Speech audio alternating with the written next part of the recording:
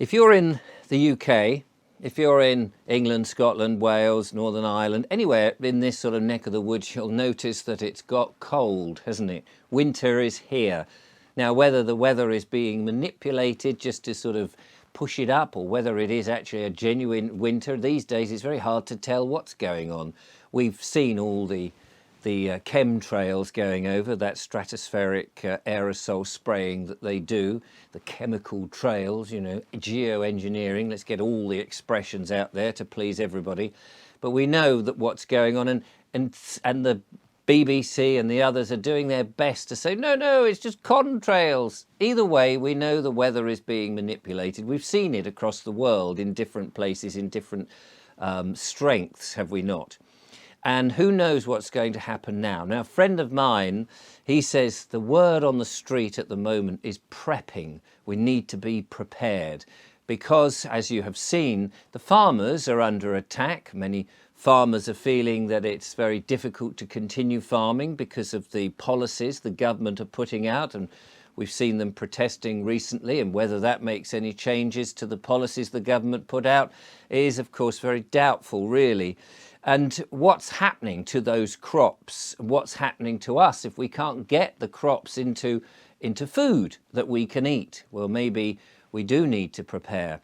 And mainstream media, as far as I understand, and I don't watch it because I don't want to have that low vibration and stuff, but I've been told, you know, there's lots of awful stories, potential wars and fighting and all this kind of rubbish. They're to make us frightened. I don't believe that we will be going to that extreme. However, it's always good to have a store of food because you never know. Now, what are we going to do about food at the moment? Because we know the farmers are struggling, and one of the culprits of this is, I'm sorry to say, supermarkets. I haven't been in a supermarket for over a year now, not a big supermarket. Only when I've been out travelling have I gone to one of these little convenient ones where there's nowhere else, and I wouldn't be eating any food from them, I can tell you, because the food in the supermarkets on the whole is nutrient free and vitamin deficient. It's got lots of other bits and pieces in, as we all know, food colourings, preservatives, E-numbers, all that kind of stuff. We don't know the provenance from it. Some of that food that goes into the supermarkets has been sitting in fridges for a long time and is not fresh, even though they pretend. We know that the brands that they put on there, these so-called farms that are supposed to be where they come from, are actually it's just a name. It comes out of a factory, processed to death. Not ideal for us to eat. Why would you want to put something into your body that is nutrient free? Not for me. Certainly not for me and my friends. So supermarkets also, of course, they've been fairly cutthroat with the farmers, pushing the prices down, the race to the bottom. And it's just not fair. It may be convenient because they've got parking and you can kind of get everything in one shop and it all looks very nice and sparkly. But let's face it, some of these supermarkets have got facial recognition cameras on every shelf. They've been getting rid of the staff. They're making you do all the work at the checkouts. They've got security. They allow people to steal up to something like £200 or whatever it is before they'll even do something about it. Supermarkets no longer seem to me to be a good place to go to. Maybe at one time it was a good idea, but we've seen how the supermarkets have also taken away from our high street the family-run businesses, people who actually cared about their customers, people who would engage, people who knew about their products and could have a chat with you. Supermarkets aren't like that now, that people are being paid the rock bottom, they're stacking shelves, they're just acting as cogs in somebody else's big wheel and making money for somebody else.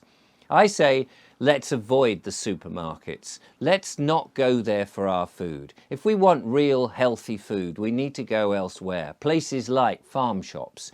The lovely Julia and I will be off to a farm shop this very day, in fact, and eating wholesome food. But there are markets, there are these independent shops, the corner shops I've spoken about. There are other places to go and take your trade, take your footfall somewhere else, and the supermarkets will soon know about it. And then perhaps Perhaps you could persuade the supermarket managers once they realise that not so many people are going there, and they say, why aren't they going there? Well, they might not be going there because the kind of food that you're doing is not the right kind of food. The way you're treating farmers is not the correct way to treat other businesses. And maybe they will change their tune, but maybe they won't. Either way, finding somewhere else other than supermarkets, in my opinion, and it's just my opinion, you've got yours, of course, and people will have completely different of opinion. In my opinion, that they're not the great place that people think they are. Now, go back to prepping just for a moment. There are other places that you might want to just get some food and store from. One of those is the Good Food Project. Goodfoodproject.com, I think it is, or is it .co.uk? Either way, I'll put the link in the description. We worked with good old Steve up in Scotland when we were there on the Barbara O'Neill event. And by the way, they're going to repeat that next year. So if you want to find out more about that, get in touch with the Good Food Project. Barbara O'Neill was absolutely delightful lady, and I interviewed her whilst we were there. The Good Food Project supplies all sorts of food. We get orders from them, tins of bits and pieces and what have you, and great to stick into a little prepper's store, if you like. And of course, there are other places you can go, I'm absolutely convinced. And we have a new forum, Vobes Forum, vobes-forum.com. And if you want to share places that you go to the forum and log in there and share the information. That's what this is all about at the moment, sharing the knowledge so that we can all help one another. So that may be a good place to share those things. Anyway, I'll put the link in the description if that helps. In the meanwhile, keep yourselves warm because it is cold. It is a little chilly here in the UK at the moment. So you might want to get yourself just a few nice little treats at the same time as you're buying all of the prepping food.